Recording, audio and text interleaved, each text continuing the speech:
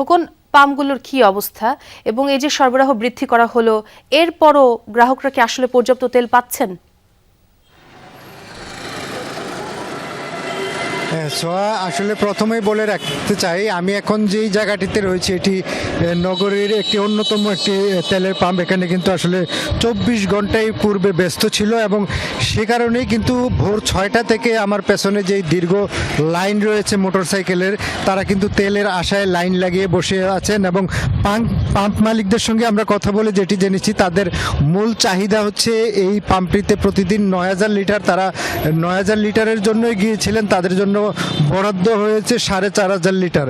এই 4500 লিটার আসলে কখন নাগাদ দেশে পৌঁছবেন সেটিও তারা নিশ্চিত বলতে পারছেন না। অর্থাৎ এই তেল আসার পরেই কিন্তু এই যে লাইন, দীর্ঘ লাইন রয়েছে মোটরসাইকেলের, সেটি তেল দেওয়া শুরু হবে। এছাড়া আমরা যারা মোটরসাইকেল চালক রয়েছেন অনেকের সঙ্গে আমরা কথা বলেছি, অনেকে যেটি অভিযোগ করছেন যে এই মোটরসাইকেল দীর্ঘ লাইন, অনেকেই কিন্তু এই মোটরসাইকেলে করে তেল প্রতিদিন সংগ্রহ করে তারা মজুত করছেন। ফলে যেই দাম বাড়ানো হয়েছে সরকারের পক্ষ থেকে তেলের দাম, তারা বলছেন যে এই তেলের দামটি এখন না বাড়িয়ে অন্তত যদি 2-1 টাকা কমিয়ে দেওয়া হতো, হয়তো যারা অবৈধ মজুতদার রয়েছেন তাদের এই মজুতকৃত তেলগুলো কিন্তু আসলে বাহিরে চলে আসছে এবং এই সমস্যার সমাধান কিছুটা হলেও হয়তো হতে পারতো, এমনটিই কিন্তু আসলে বলছেন যারা মোটরসাইকেল চালক রয়েছে। তার মানে ভোগান্তির চিত্র আসলে এখনো রয়ে গেছে। অনেক ধন্যবাদ খোকন আপনাকে।